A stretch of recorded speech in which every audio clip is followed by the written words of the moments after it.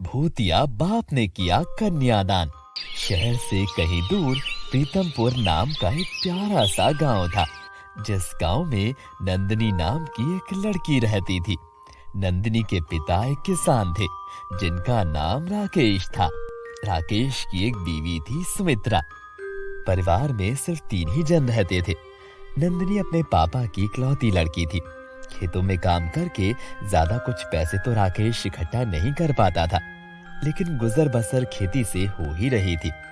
महंगाई के चलते घर में आर्थिक स्थिति की तंगी आने लगी थी और राकेश के सर पे नंदिनी की शादी की जिम्मेदारी भी।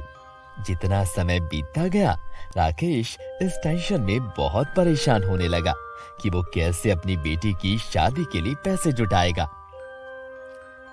राकेश अपनी बीवी सुमित्रा के साथ घर पर बैठा हुआ था। दोनों के बीच में कुछ बातचीत हो रही थी। मुझे समझ नहीं आ रहा कि हमें आगे क्या करना चाहिए। बिटिया की शादी के दिन नजदीक आते जा रहे हैं और उसे ब्याहने के लिए हमारे पास 1 रुपया भी नहीं है। न जाने अब क्या होगा। जी हाँ, वही तो और हमें दहेज भी देना होगा। इतने सारे रुपयों की जरूरत होगी। ना कोई रिश्तेदार हमारी मदद करेगा और ना गांव वाले। मैं क्या करूं? एक छोटा सा खेत है हमारे पास, क्या मैं उसे भी बेच दूं? इसी से तो हमारा घर चलता है। बेचने के बाद सारे पैसे लग जाएंगे बेटी की शादी में, फिर हम क्या करेंगे? तभी नंदिनी इन सब की बातें सुन लेती है और दरवाजे की चौखट पर खड़ी होकर कहने लगती है। नहीं पापा, आपको अपना खेत बेचने की कोई जरूरत नहीं है। और दहेज देना तो गलत बात है। ना माँ, हम क्यों किसी को दहेज देंगे? लड़के वाले शादी कर रहे हैं, कोई सौदा थोड़ी ना कर रहे हैं। बेटी, 2 महीने बाद तेरी शादी की तारीख पक्की हुई है। अब हमें कुछ पैसों की व्यवस्था तो करनी ही पड़ेगी। यूं ही खाली हाथ थोड़ी ना तुझे तेरे ससुराल भेज देंगे। पर माँ, मेरी शादी की वजह से आप लोगों को इतनी परेशानी होगी। नहीं, अपनी आंखों के आगे नहीं देख सकती। पापा खेत बेचने की बात कर रहे हैं। अगर उस खेत को बेच देंगे तो आप दोनों घर कैसे चलाएंगे? क्या करेंगे आप दोनों? मैं तो जैसे तैसे अपने ससुराल में रह लूंगी। कि तभी राकेश सुमित्रा के पास से उठा और अपनी बेटी के सर पर हाथ रख कर कहने लगा। बेटी, तुम चिंता मत करो, तुम्हारा बाप अभी जिंदा है। मैं कुछ ना कुछ कर ही लूंगा। जब तक मैं हूं, तुम दोनों को कोई फिक्र करने की जरूरत नहीं होनी चाहिए। इतना कहकर मुस्कुराते हुए राकेश वहां से बाहर की ओर चला गया। फिर देखते ही देखते 1 महीना यूं ही बीत जाता है और अगले महीने बेटी की शादी नजदीक आ रही थी। राकेश के पास अपने खेत को बेचने के अलावा कोई दूसरा रास्ता ही नहीं बचा था। सुमित्रा और नंदिनी को बिना बताए राकेश अपने घर के कागजातों को लेकर जमींदार के पास चला गया, जिसने राकेश की जमीन को 8 लाख रुपए में खरीद लिया था। आपका बहुत बहुत धन्यवाद जमींदार साहब।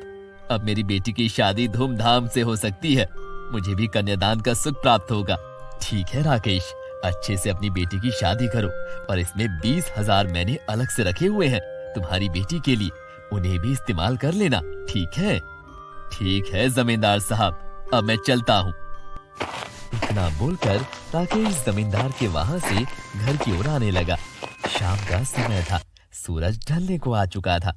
राकेश को जल्द से जल्द घर जाने की हो रही थी, तो उसने गांव के एक सुनसान छोटे रास्ते से जाने की सोची।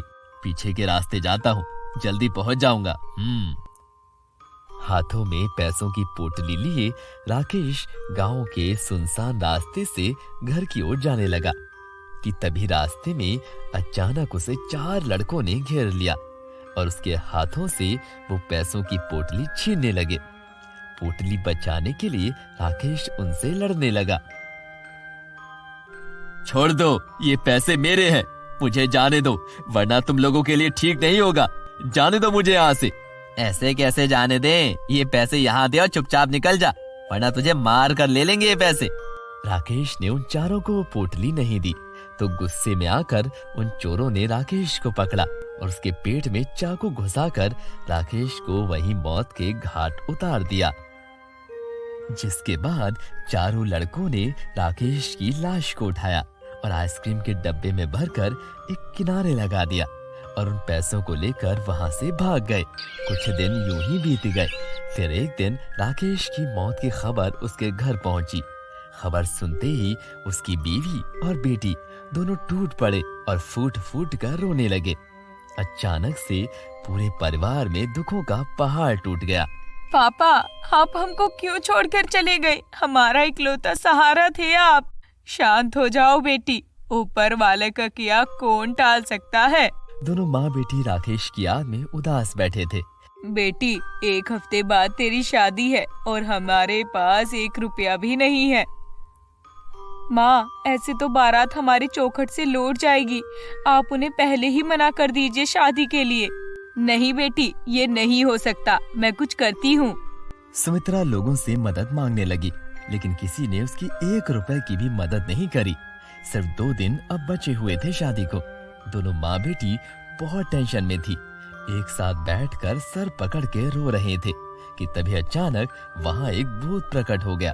उस भूत को देख सुमित्रा और नंदनी इधर उधर भागने लगे कि तभी उस भूत ने कहा, सुमित्रा, नंदनी बेटी, मैं तेरा पापा हूँ और तुम्हारी मदद के लिए वापस आया हूँ। इतना सुनते ही दोनों माँ बेटी एक जगह पर रुके और भूतिया राकेश को देखने लगे। लेकिन आप तो मर गए थे ना, आप वापस कैसे आ सकते हैं? मैं भूत बनकर वापस आ गया हूँ। मैं अपनी बेटी की मदद करके रहूंगा। परसों उसकी शादी है। अब मेरी आत्मा को मुक्ति उसके कन्यादान के बाद ही मिलेगी। इतना कहकर भूतिया राकेश ने अपनी शक्तियों का इस्तेमाल किया और उनके सामने ढेर सारे पैसों को प्रकट कर दिया। लो सुमित्रा, ये पैसे हैं और लग जाओ नंदनी की शादी की तैयारी में। लेकिन आप तो भूत हैं, आप कैसे कन्यादान करेंगे? आपको तो लोग देखकर ही डर जाएंगे। मैं अपना रूप बदल लूंगा सुमित्रा, और मेरी बेटी की कन्यादान के बाद मेरी आत्मा को मुक्ति मिल जाएगी। जिसके बाद वो लोग नंदनी की शादी की तैयारी में लग चुके थे। जिसके बाद नंदनी की शादी हो गई थी और भूतिया राकेश ने अपना रूप बदलकर अपनी बेटी का कन्यादान कर दिया था।